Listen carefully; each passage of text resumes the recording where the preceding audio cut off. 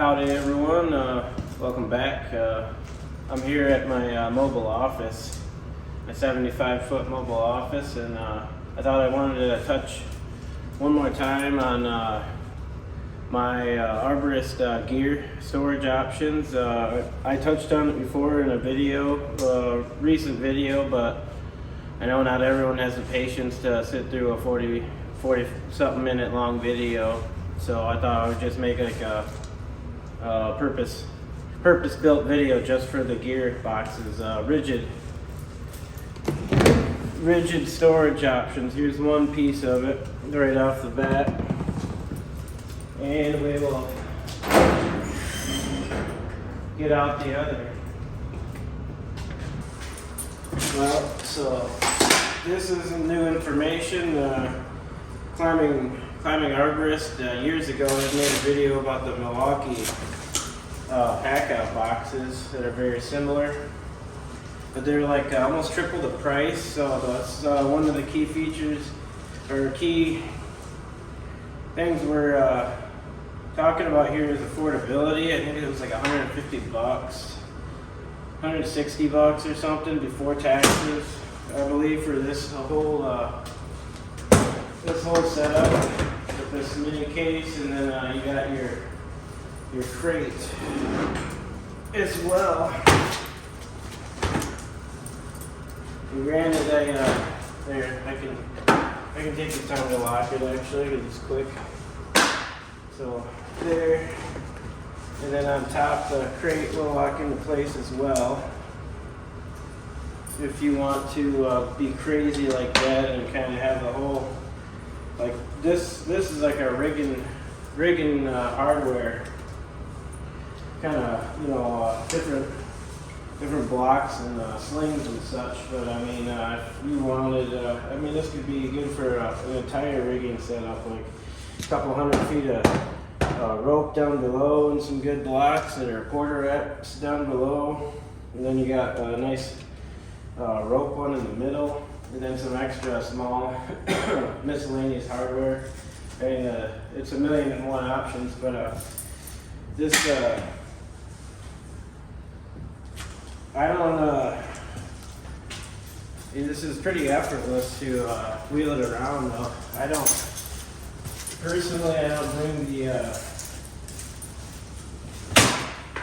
bring the small case with me. That actually stays at the shop. That just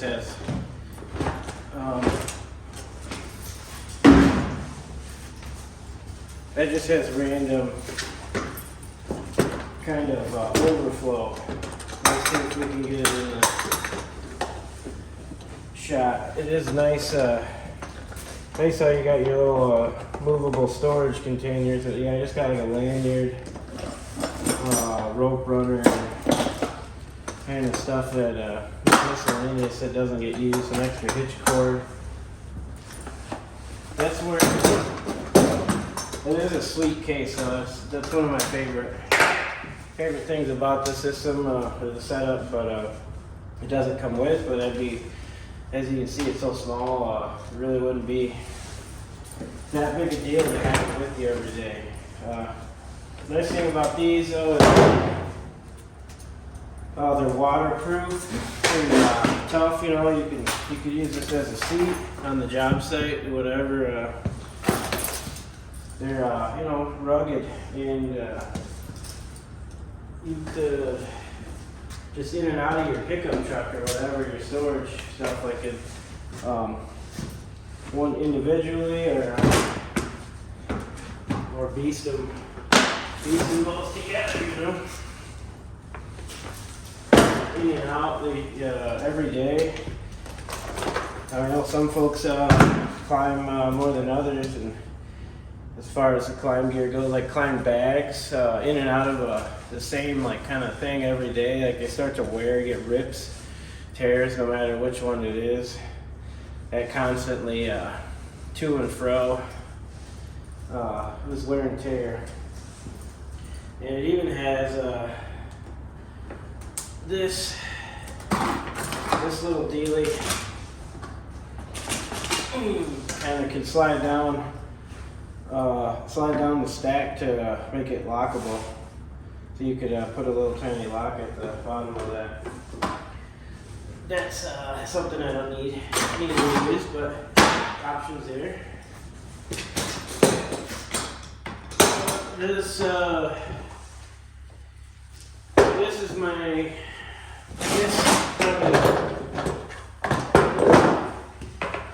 favorite thing. What really drove me to this because no matter what gear bag I chose, it was always a little bit of a pain to put my octopus of a climb saddle in. Believe it or not, this is down to a system that's pretty much this stuff gets used on a regular basis. You know, it might look like there's a lot going on, but it's simple. It's simple for me. What is that doing there? I don't know why that's on there. But anyways, I just like being able to do this at the end. Being able to, well, first off, being able to grab it out with ease, but the main thing is at the end, being able to just drop that sucker in and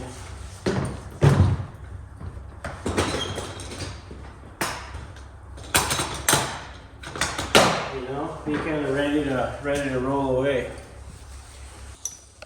We've showed it before, like I said, but I guess just for those that want to get a little bit more up close and personal with it, as far as getting a frame of reference of what can fit. That's a saddle, and then you got a handsaw, and there's spurs, which I know some folks have the bigger pads, but there still shouldn't be an issue of fitting spurs and saddle together. And then just some randomness here. I got a steel core for pines, another pine lanyard with an ART positioner on it. And then if I want to wear, I got a handsaw. Wow, we got to clean that sucker out. Handsaw with the notched talons. If I want to wear it on my leg. I used to sometimes do that, but now with the tree motion and this light little whatever he's called, the tree motion makes it to where you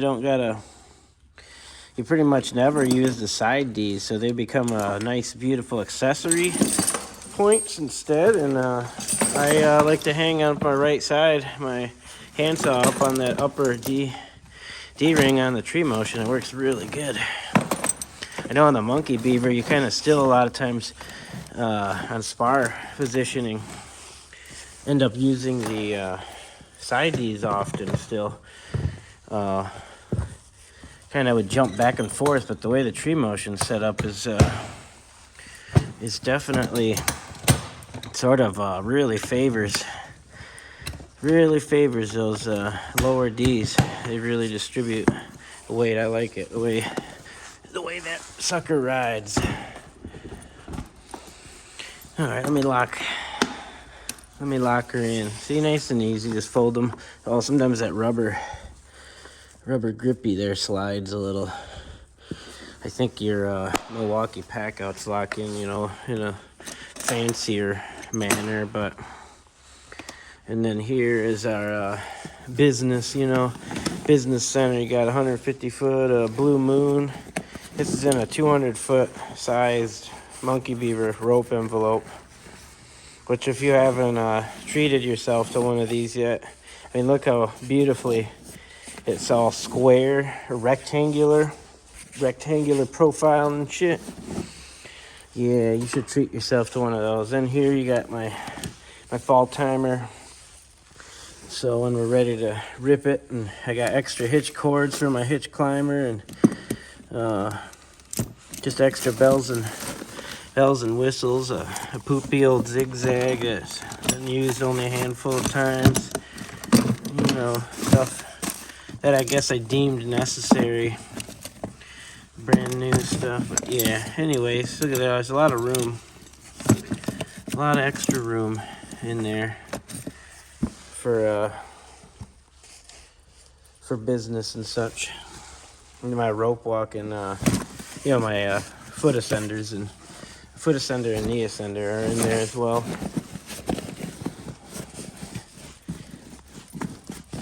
So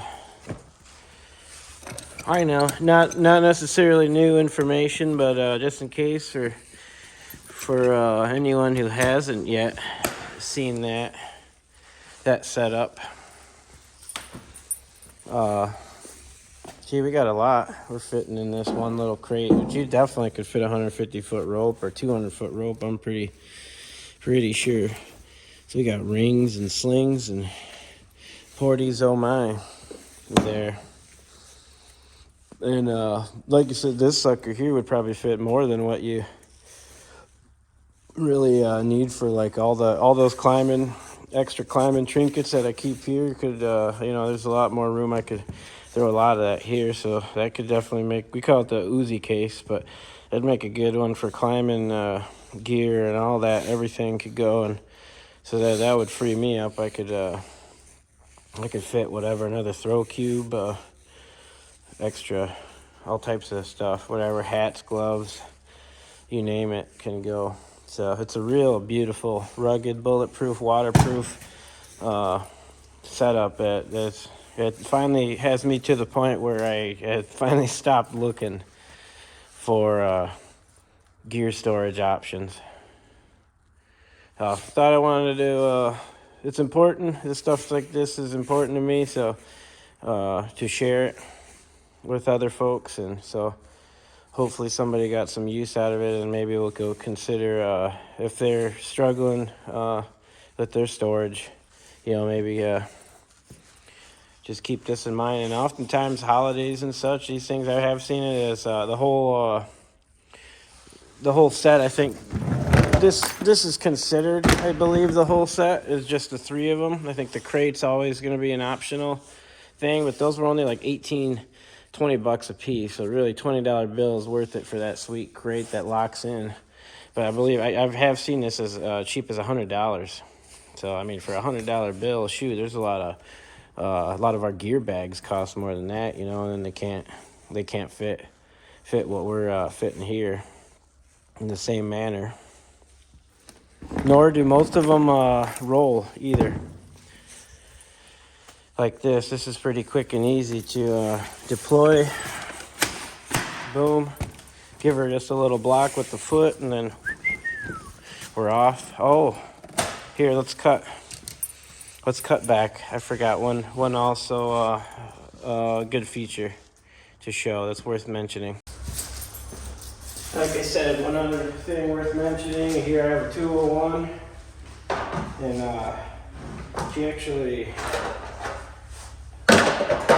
you gotta ditch the scabbard, but for trucking back to the backyard to your job site, that's always nice.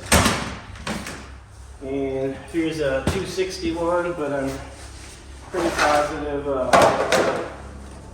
you can go probably a little bigger.